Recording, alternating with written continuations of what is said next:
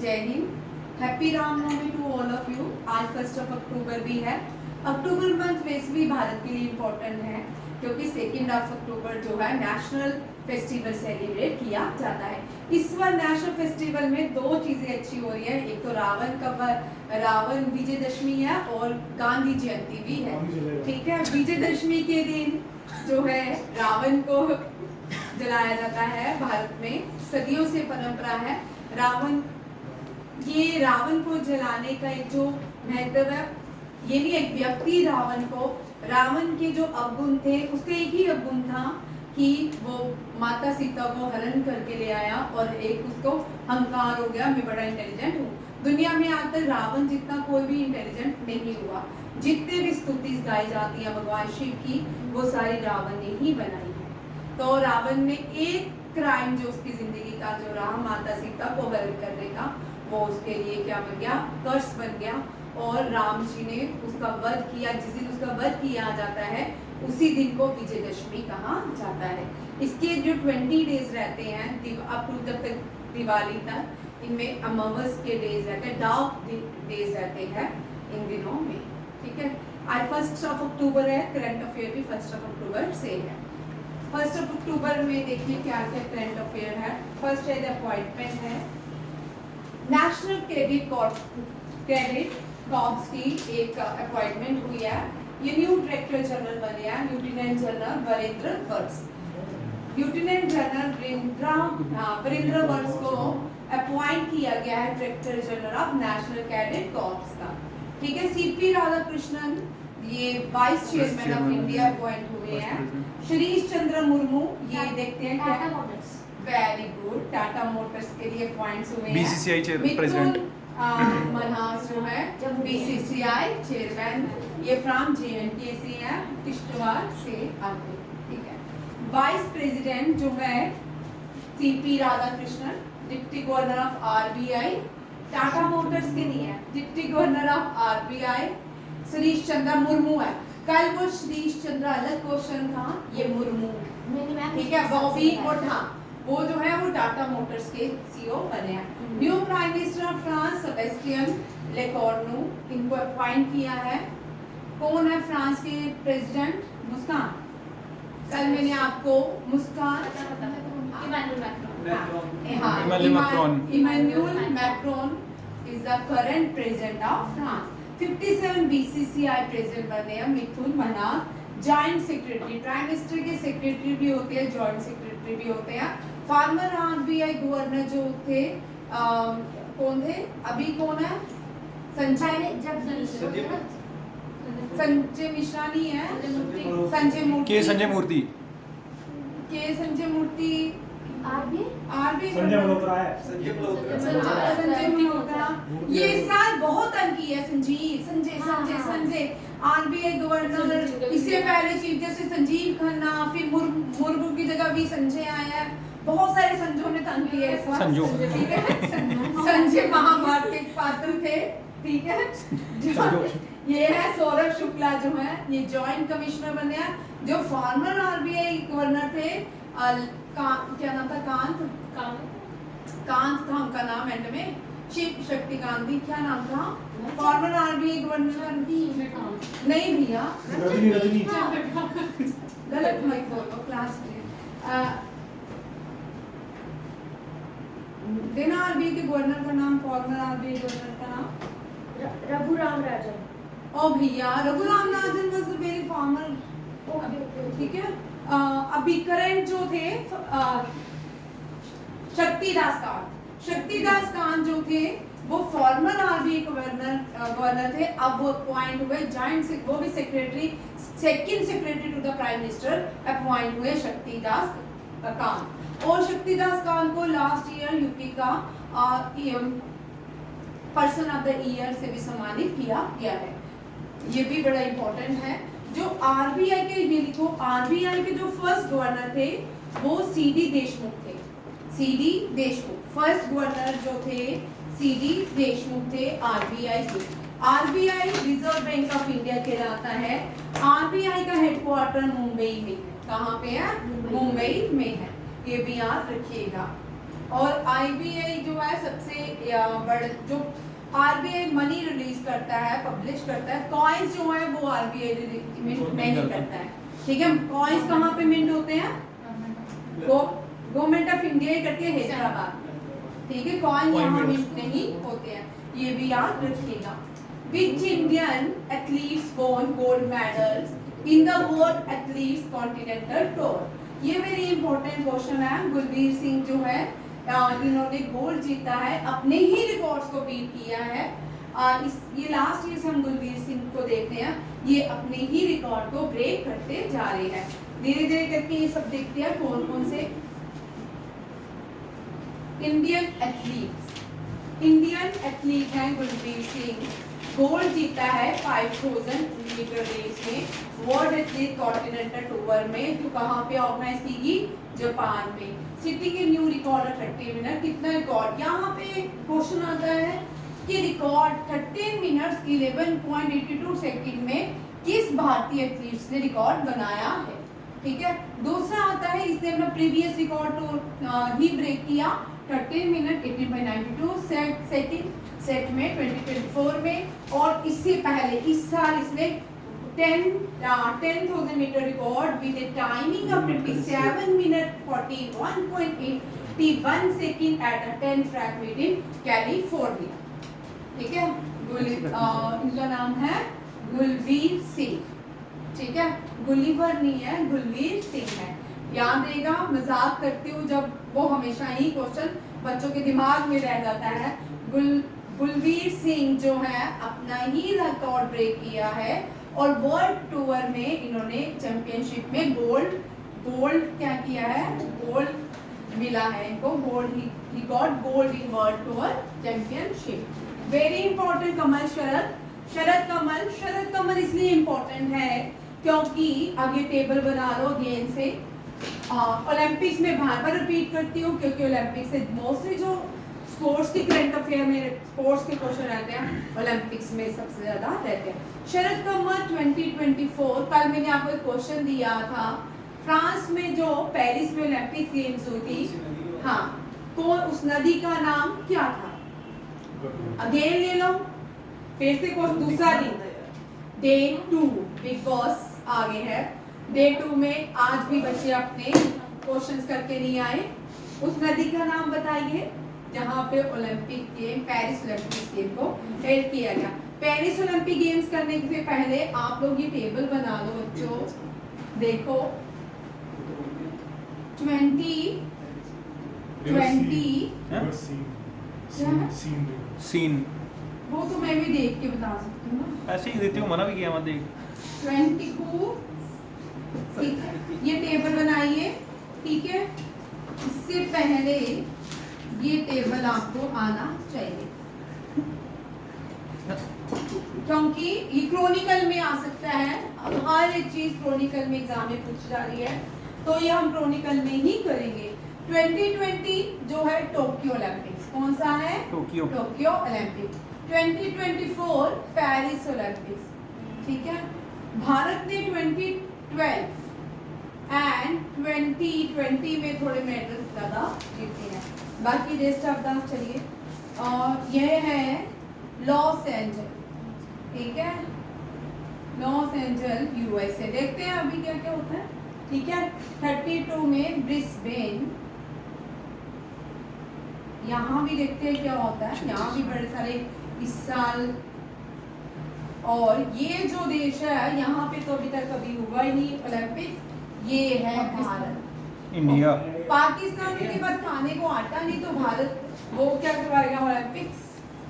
गोलियों का करा लो उनसे। भारत, ठीक है। 2036 में भारत जो है ओलंपिक्स खिलाएगा, ठीक है, होस्ट करेगा। भारत अच्छा लगता है, ठीक है।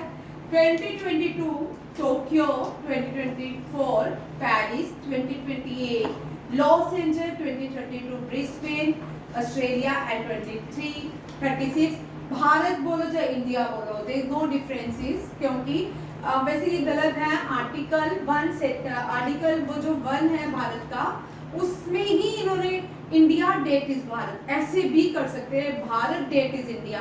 इतना कॉम्प्लेक्स भारत को बना दिया, जानबूझ के बनाया कि भारत ही नाम को, तो भारत रखने में क्या प्रॉब्लम थी, ठीक है नहीं, जानबूझ के भारत को इंडिया नाम दिया ताकि आने वाले टाइम पे इसकी भी अमेंडमेंट करो तो भारत का नाम ले लो, ठीक है। हाँ, Bharat that is India shall be the union of India, ये आर्टिकल 1 कहता है।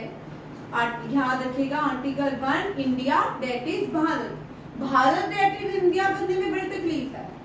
इंडिया डेट इज भारत पे अगर आपको आना है तो आपके पास मेजोरिटी होनी चाहिए पूरी, समझ आया। भारत नाम चेंज करने के लिए भी आपको पार्लियामेंट में पूरी मेजोरिटी चाहिए, तब जाके भारत नाम जो है बहुत महान राजा कहते हैं कि भारत हुआ था। शकुंतला और दुष्यंत का बेटा जो कुरुवंश, वेरी इंपॉर्टेंट क्वेश्चन एग्जाम में आ रहे हैं, कुरु जो पांडव और कौरव थे ना, कौरव से कुरु नहीं है, कौरव बॉर्न हुए थे कुरुवंश में, किसमें पैदा हुए थे, उनके क्लैन का नाम है कुरुवंश, ठीक है। कुरु जो कुरुक्षेत्र भी है वो कुरु से है, कुरुक्षेत्र इज अ प्लेस, कुरु मींस जो कुरुओं की प्लेस है, जो कुरु क्लैन से आए हैं, जो दुष्यंत के ऊपर जो भी ये फैमिली हुई है, इनके जो पूर्वज हैं बोलते हैं, उनके एक पूर्वज ने भगवान को बोला मुझे एक ऐसी जगह दे दो यहाँ पे पाप करने पे भी पाप नहीं माना जाए, मतलब उसका दंड ना मिले। तो महाभारत की लड़ाई इसीलिए पहले से ही चुनी गई थी ये जगह कि जब भी महाभारत मीन्स जो पूरे का पूरा भारत जब एक युद्ध में आए और जो भी लोग उसमें शहीद होते जाएं उनको कोई भी पाप ना लगे, इसीलिए वो कुरुक्षेत्र में कुछ भी क्राइम करने पे उसका पाप का क्या होता है, क्राइम का आपको फल नहीं मिलेगा, ठीक है। ये इसीलिए कुरुक्षेत्र, समझ आया, कुरुक्षेत्र क्यों नाम पड़ा है। कुरुवंश से आए थे, कुरुवंश की प्लेस थी क्षेत्रा, जो था पहले प्लेस नाम नहीं होता था, ये तो इंग्लिश का नाम है। क्षेत्रा में संस्कृत में जगह को क्षेत्रा कहा जाता था, कुरुक्षेत्र। और यहाँ पे IAS में एक एग्जाम था, कुरुक्षेत्र में जो महाभारत का युद्ध हुआ वो कौन सी नदी के किनारे हुआ, वो नदी है सरस्वती।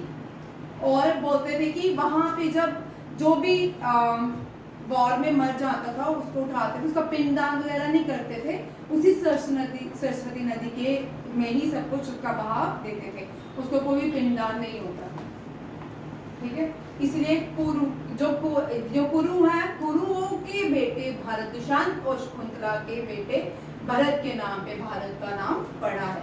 और ये अभिज्ञान शकुंतलम कालिदासा ने लिखी है, उस पे लिखा गया है इसका नाम, भारत का नाम कि कैसे मेंशन हुआ। अब जो न्यू बुक है उसमें अलग अलग दिया, पर्शियन के लोग भारत को अलग नाम से बुलाते थे, चाइनीज जो है अलग नाम से बुलाते थे, ये तो ग्रीक ने, अलेक्जेंडर ने भारत का नाम, इंडिया नाम किसने दिया, ये भी क्वेश्चन आपको आ सकता है। इंडिया का नाम सिंधु से हम इंदु हुए, इंदु से हम इंडियन हुए, ये नाम जो है ग्रीक अलेक्जेंडर, ग्रीक के राजा अलेक्जेंडर ने दिया है। किसने दिया है ये भी याद रखिएगा, जिसको अलेक्जेंडर द ग्रेट कहा जाता है। जो जीता वो सिकंदर नहीं था, उसी को ही कहा जाता है। जो जीता था वो पोरस था, हमें गलत, हमारे इतिहास को गलत पढ़ाया जाता है। जो जीता था वो पोरस था, अलेक्जेंडर नहीं था। वो तो यहाँ से बैटल ऑफ हाइडा पास यहाँ से हार गया था, वो तो पूरी दुनिया को ही जीतने चला था।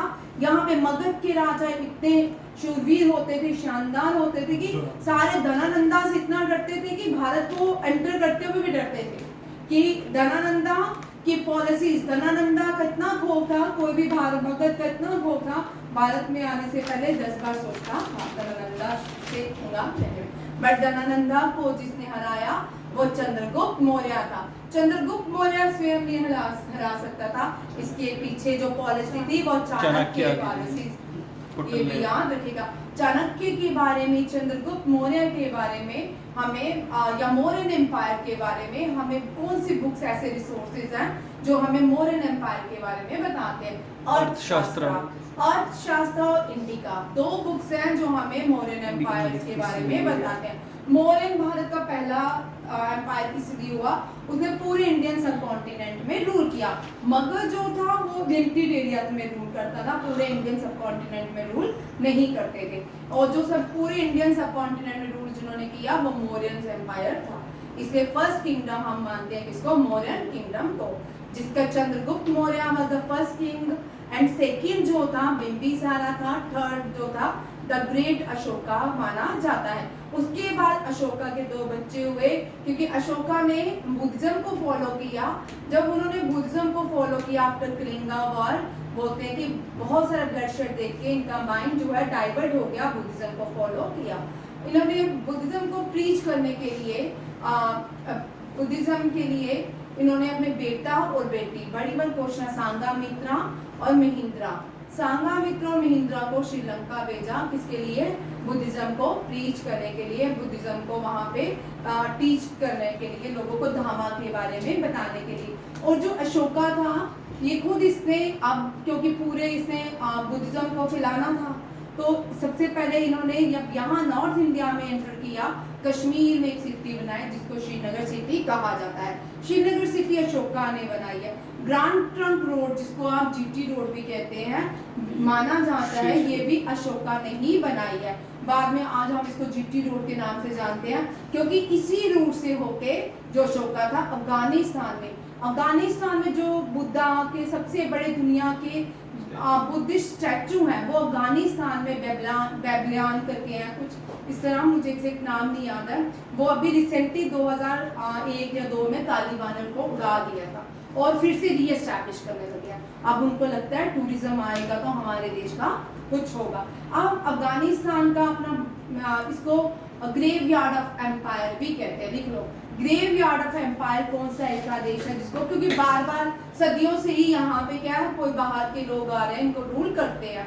अभी आप देख रहे हो कभी यूएसए आता है, रशिया आता है, कभी यूके आता है, अब फिर से यूके के जाने के बाद फिर से ट्रम्प का बोलना शुरू हो गया, हमारा वो वाला बेस हमें वापस चाहिए, वो फिर से रूल करने आ रहे हैं। ठीक है, इस तरह यूएसए, यूके, रशिया बार बार उस जगह को क्या करते हैं, आपको फाइट करते रहते हैं। आप बोलते हैं कि अफगानिस्तान का इतना इतिहास है जो महाभारत से है, जो कौरवों की माता थी गंधारी जो है वो कहाँ से बिलोंग करती थी, अफगानिस्तान के कंधार से।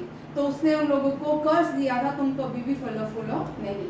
माना जाता है, ये मिथ हो सकता है, हम इसके ऊपर कोई पुष्टि नहीं करते हैं। तो हाँ ठीक है, ग्रेवयार्ड ऑफ एम्पायर क्या? अफगानिस्तान को ग्रेवयार्ड ऑफ एम्पायर कहा जाता है, ये क्वेश्चन आते हैं। ठीक है, और अशोका का बेटा कौन था, महिंद्रा, और बेटी थी संघमित्रा। जो लास्ट मौर्यन किंग हुआ वो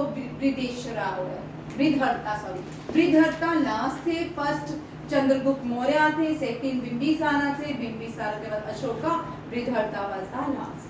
और ये वीक राजा था, और यहाँ से डिक्लाइन ऑफ मौर्यन एम्पायर शुरू हुआ।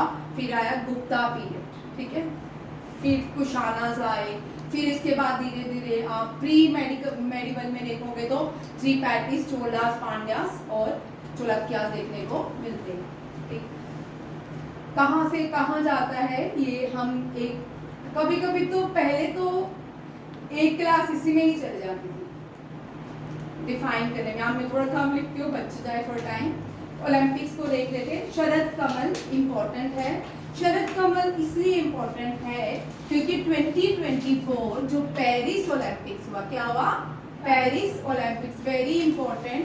पेरिस ओलंपिक्स में ये क्वेश्चन आते हैं, ओपनिंग सेरेमनी, ठीक है, ओपनिंग सेरेमनी में भारत को लीड किया शरद कमल। ये बहुत बार ओलंपिक्स में पार्टिसिपेट किया इन्होंने, कभी भी कोई मेडल नहीं जीता। किसने, शरद कमल ने। और शरद कमल के साथ पीवी सिंधु जो थी, ये ओपनिंग सेरेमनी में क्या थी, लीड किया इन्होंने। ओपनिंग सेरेमनी में इंडियन फ्लैग बेरियर बनके ये आए शरद कमल एंड पीवी सिंधु।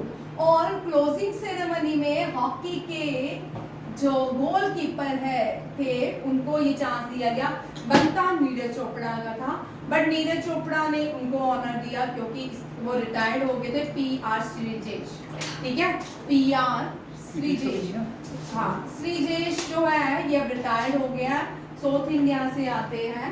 और ये क्लोजिंग सेरेमनी में पेरिस ओलंपिक्स में ही क्वेश्चन आते हैं, who was the flag carrier in the closing ceremony at Paris, तो किसी का भी आ सकता है, ठीक है। खाली ये नहीं कि फ्लैग का इसी का हो सकता है, टोक्यो का पूछ लें। टोक्यो में जो ओपनिंग सेरेमनी थी वो मैरी कॉम और हरमनप्रीत सिंह थे, ठीक है। Harmanpreet Singh Indian hockey captain है और Mary Kom 5 time gold winner है, मैग्निफिसेंट मैरी के नाम से जानी जाती है। और क्लोजिंग सेरेमनी जो थी वो अमित दहिया और शायद पीवी सिंधु थी, चेक कर लो, एग्जैक्ट मुझे याद नहीं। इसी तरह जो रियो ओलंपिक्स, इसी तरह अटलांटिक ओलंपिक, इसी तरह जो है लंदन ओलंपिक्स, बीजिंग ओलंपिक, ये सारा टेबल करना पड़ता है। अभी जैसे मैंने आपको सेंसस करवाए थे एक करके, उसी तरह ये सारे पैटर्न पहले करवाऊंगी, फिर आपको वो सैटरडे को ही क्लास मिलेगी, बीच में नहीं आप मिलेगी, क्योंकि करंट अफेयर पूरा मेरा डिस्टर्ब हो जाता है, ठीक है। देखिए नीरज चोपड़ा, इससे एक क्वेश्चन और था, मैंने नहीं लिखा, हाँ ये शरद कमल से लिखा है, जिसे इसी साल ही करंट अफेयर 21 साल का है, रिटायर्ड हो चुके हैं ये। इनको अपॉइंट किया गया है एशियन टेबल टेनिस चैंपियन का ब्रांड एम्बेसडर बनाया गया है। And answer sir the brand ambassador word world table tennis India के लिए इनको ब्रांड एम्बेसडर बनाया। इतने पता नहीं कैसे, जैसे आप इसका नाम क्या है जो मनहास, मिथुन मनहास, इतना तो ये बीसीसीआई के प्रेसिडेंट कैसे बन जाते हैं, आई डोंट नो, ये सब कैसे होता है, ठीक है। हाँ पूछना। नीरज चोपड़ा जो है, नीरज चोपड़ा के भी तीनों क्वेश्चन लिख लो, ताकि आपके पास नीरज चोपड़ा से भी कभी भी क्वेश्चन आए, या कर्नल नीरज चोपड़ा बन चुके, इंडियन आर्मी में थे ये नीरज चोपड़ा। ये जो है टोक्यो ओलंपिक्स में गोल्ड जीते हैं, टोक्यो ओलंपिक्स में सेकंड गोल्ड जो लाए हैं भारत के लिए वो नीरज चोपड़ा लाए। टोक्यो ओलंपिक्स में गोल्ड कौन जीता है, नीरज चोपड़ा, ठीक है। गेम कौन सी खेलते हैं, जेवलियन थ्रो, ठीक है। आप जेवलियन डे भारत कब सेलिब्रेट करता है, जब नीरज चोपड़ा ने इस दिन गोल्ड जीता, तो गवर्नमेंट ऑफ इंडिया ने 7 अगस्त को जेवलियन डे मना लिया। क्या कौन सा डे मनाते हैं, जेवलियन डे, 7 अगस्त इंडिया से ऑब्जर्व्ड है। इसके बाद डायमंड लीग जो है इस साल नीरज चोपड़ा ने सिल्वर जीता है, ठीक है। और बेंगलुरु में जो नीरज चोपड़ा क्लासिक टूर्नामेंट हुआ था उसमें नीरज चोपड़ा ने गोल्ड जीता था, ठीक है। ये इस साल का करंट अफेयर है नीरज चोपड़ा से, ठीक है, तीनों। और याद रखिए यूरिक में फाइनल जो डायमंड लीग का हुआ स्विट्जरलैंड में हुआ था। यूरिक कहाँ पे है, स्विट्जरलैंड में। जितने भी दुनिया के स्पोर्ट्स के हेडक्वार्टर या इंटरनेशनल ऑर्गेनाइजेशन है, उन सब के हेडक्वार्टर ज्यादातर स्विट्जरलैंड में है। स्विट्जरलैंड की कैपिटल बर्न है, क्या है, बर्न है, क्या है, क्या हुआ, नहीं ऐसे बता रहा हूँ। स्विट्जरलैंड की कैपिटल बर्न है। स्विट्जरलैंड में कौन कौन सी इंटरनेशनल ऑर्गेनाइजेशन के हेडक्वार्टर है, देखिए, हाँ, वर्ल्ड हेल्थ ऑर्गेनाइजेशन, लिख लो, वर्ल्ड हेल्थ ऑर्गेनाइजेशन का headquarter, international labour organisation, international meteorological organisation, ये इन सब के यूरिक, जेनीवा स्विट्जरलैंड, ये भी कहाँ पे है, जेनीवा स्विट्जरलैंड। और भी बहुत सारे हैं जो कॉमन हैं, WIPO है, IMO है, ठीक है, और भी बड़े सारे हैं। बट इसके बाद स्पोर्ट्स के कौन कौन से हेडक्वार्टर जो है स्विट्जरलैंड के लुज़ेनिया में है, कहाँ पे है, लुज़ेनिया में। टेबल टेनिस का हेडक्वार्टर, बॉक्सिंग का हेडक्वार्टर, गोल्फ का हेडक्वार्टर, शूटिंग का headquarter, shooting, boxing, table tennis, golf, wrestling, इन सब का हेडक्वार्टर कहाँ पे है, लुज़ेनिया, LAUSSANA, लुज़ेनिया स्विट्जरलैंड, ठीक है। और यूरिक में किसका हेडक्वार्टर है, फीफा का, किसका है, फीफा। याद रखिएगा, football federation of football association, international federation का जो हेडक्वार्टर है, फीफा का हेडक्वार्टर लुज़ेनिया में नहीं है, ठीक है, स्विट्जरलैंड में है, बट लुज़ेनिया में नहीं है, कहाँ पे है, यूरिक में। और आर्चरी का हेडक्वार्टर म्यूनिक में, कहाँ पे है, म्यूनिक। दोनों ही म्यूनिक जर्मनी में। कहाँ पे? म्यूनिक। आर्चरी जो है म्यूनिक में है फीफा। दोनों क्वेश्चन हम हो सकता है आपको, क्योंकि क्रॉनिकल आ रहे हैं, मार्क टेबल वाइज आ रहे हैं, तो लिख लो। फीफा के सामने यूरिक लिखो और आर्चरी के सामने म्यूनिक जर्मनी लिखो, क्योंकि ये दोनों ही कंफ्यूजन क्रिएट करते हैं क्वेश्चन, और बड़ी बार बच्चों से गलत हो जाते हैं एग्जाम में।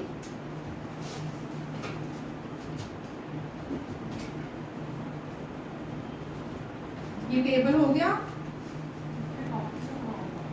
हॉकी का भी लुज़ेनिया स्विट्जरलैंड। हॉकी का भी कहाँ है? लुज़ेनिया स्विट्जरलैंड।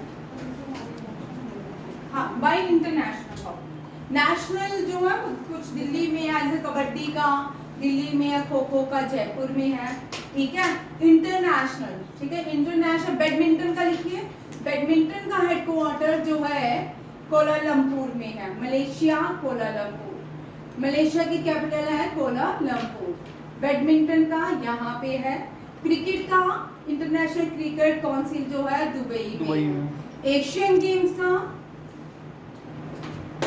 कतर में। कतर। एशियन गेम्स का कतर, ठीक है, चेक कर लो। Asian where the headquarter of Asian Games Kuwait, sorry Kuwait है, मुझे कतर और कुवैत में करना। हाँ, where the headquarter of Asian game that is a Kuwait, ठीक है। कुवैत की कैपिटल कुवैत सिटी है। कल मैंने आपको बोल थी एक और है, ठीक है, कुवैत सिटी। मैंने आपको क्वेश्चन भी दिया था। कुवैत जो है कुवैत सिटी, मेक्सिको जो है मेक्सिको सिटी, सिंगापुर जो है सिंगापुर सिटी, एंड वेटिकन जो है वेटिकन सिटी। ये सारे इनकी सेम कैपिटल्स है, ठीक है। स्विट्जरलैंड की यहाँ रखी आग लगती है, स्विट्जरलैंड बर्न, ठीक है। फिनलैंड में है पाप और हेल दोनों एक साथ मिलते हैं, हेलसिंकी, ठीक है। हेलसिंकी याद करने का HELSINKI। स्विट्जरलैंड सॉरी फिनलैंड एक ऐसा देश है जो हर साल ओलंपिक्स मेडल लेके अपने घर जाता है। आज तक कभी भी ऐसा ओलंपिक्स नहीं है जो कभी भी अपने मेडल नहीं लेके जाता, ठीक है। नेक्स्ट देखो, उड़ान यात्री कैफे। ये पहला उड़ान यात्री कैफे जो था शायद ये तमिलनाडु किसी, मैंने यहाँ ये लिखा नहीं है क्वेश्चन, ये मैं कल करवा दूंगी क्योंकि मुझे 1 अक्टूबर के सेट। उड़ान यात्री कैफे जो है ये भारत, पूरे देश का हर नागरिक, ये एक मिशन है भारत का। इस मिशन के अंदर ही भारत में जो है एयरपोर्ट्स, डोमेस्टिक एयरपोर्ट्स बनाए जा रहे पूरे देश का हर आदमी, और इसी के अंदर उड़ान यात्री कैफे भी है जो सबसे पहले शायद साउथ इंडिया में बनाया गया है। अब ये तीसरा है, ये तीसरा उड़ान यात्री कैफे जो है जिसका इनॉग्रेशन किया है civil aviation minister Ram Mohan Naidu ने, ठीक है। जगत प्रकाश नड्डा हेल्थ मिनिस्टर है, पीयूष गोयल जो है टेक्सटाइल मिनिस्टर है, निर्मला सीतारमन से आपको 4 क्वेश्चन आ सकते हैं।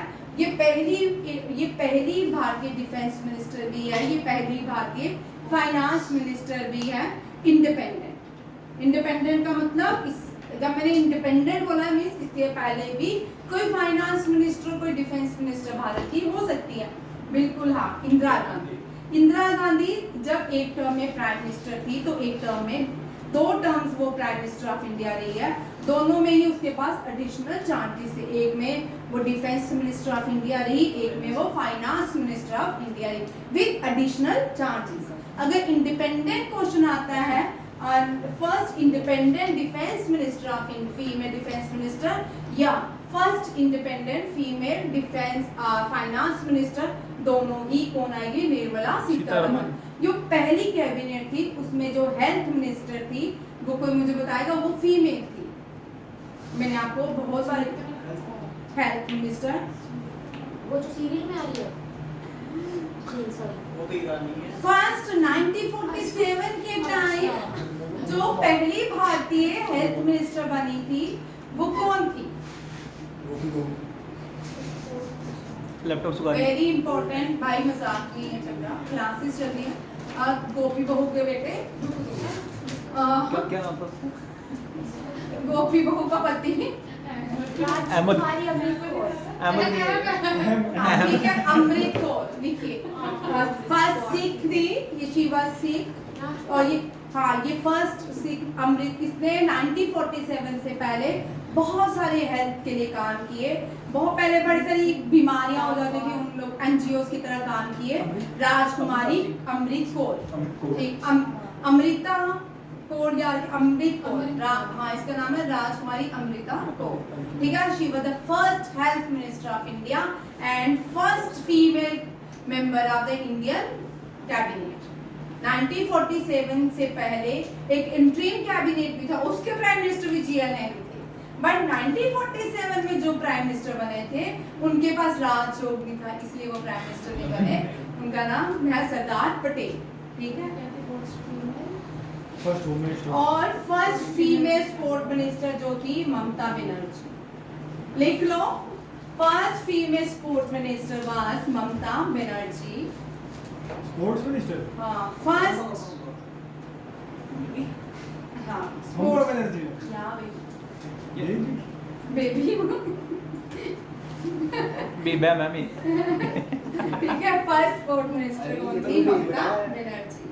फर्स्ट गवर्नर, फीमेल गवर्नर, ये क्वेश्चन आपके एनडीए में आया था। फर्स्ट फीमेल, और बच्चों इतना लाइक है ना, फिर बोलेंगे मैम डांट रही है। इस क्वेश्चन को 100 बार क्लास में तू था, कौन है? हाँ तू ही तो था। क्या हो गया? फर्स्ट फीमेल गवर्नर जो थी वो कौन है? सरोजिनी नायडू। नहीं नहीं, सुचेता गिलानी लिखे, ठीक है। अब उसको गुस्सा आ गया, इको ठेस हो। पीछे मैं कंफ्यूजन हो गई थी मुझे। ठीक है, यही तो तुम्हारी कंफ्यूजन बड़ी होती है, हो जाती है। फर्स्ट फीमेल स्पोर्ट्स क्या है? गवर्नर सरोजिनी नायडू, ठीक है। फर्स्ट लिखो chief minister, female chief minister Sucheta Kripalani. ये तो मैं इतनी बार 1000 बार पढ़ाती हूँ, फिर भी क्वेश्चन तुम गलत। First female of United Nation General Assembly Vijay Lakshmi Pandita, ये भी भारतीय। फर्स्ट सुचेता कृपलानी, दोनों उत्तर प्रदेश की गवर्नर और एक चीफ मिनिस्टर बनी थी। फर्स्ट फीमेल कौन सी थी यूनाइटेड नेशन में? हाँ, first female president of United Nation General Assembly J R. Nehru की बहन सी मोतीलाल नेहरू की बेटी, ठीक है, Vijay Lakshmi Pandit. First female president of United Nation General Assembly. United Nation General Assembly में इस बार इंडिया की वोटिंग की बात की गई है, यूनाइटेड नेशन सिक्योरिटी काउंसिल की मेंबरशिप की बात की गई है। और दूसरा सीरिया जो है, भाई सुनो, सीरिया जो है यूनाइटेड नेशन में उसको फिर से मेंबरशिप दे दी की है, उससे विड्रॉल कर ली थी सीरिया से मेंबरशिप, अब फिर से यूनाइटेड नेशन के वो मेंबर बन गया है। ये भी बड़ा इंपॉर्टेंट रखिए। तीसरा, यूनाइटेड नेशन में जनरल असेंबली में इंडिया को रिप्रेजेंट किया डॉक्टर एस जयशंकर ने, ठीक है। लास्ट ईयर में डॉक्टर एस जयशंकर ने रिप्रेजेंट किया था। और पहली फीमेल जो थी वो फर्स्ट एक्सटर्नल अफेयर मिनिस्टर, लिखे first female external affair minister Sushma Swaraj, ये भी लिखे फीमेल, लिखे हो first female external affair minister Sushma Swaraj. देखिए फर्स्ट फीमेल, इसका नाम क्या है, ये भी यूनाइटेड नेशन से रिसेंटली फ्री हुई थी, नाम नहीं मुझे याद आ रहा। ये भी बड़ा इंपॉर्टेंट क्वेश्चन है। ये भी first female ambassador secretary spoke person थी यूनाइटेड नेशन में फ्रॉम इंडिया, बड़ी फेमस है, ये भी मुझे याद नहीं आ रहा। लिखिए तेरे बैंकिंग का लिखो question. First female from Indian origin whose picture was hanging, very good, was hanging in the International Monetary Fund, ठीक है। कौन थी? गीता गोपीनाथ, ठीक है, very important. She was the first Indian woman whose Indian origin woman, not Indian. She was the first Indian origin woman whose photo was hanged in the wall of the International Monetary Fund. And first was Raghunath Rajan.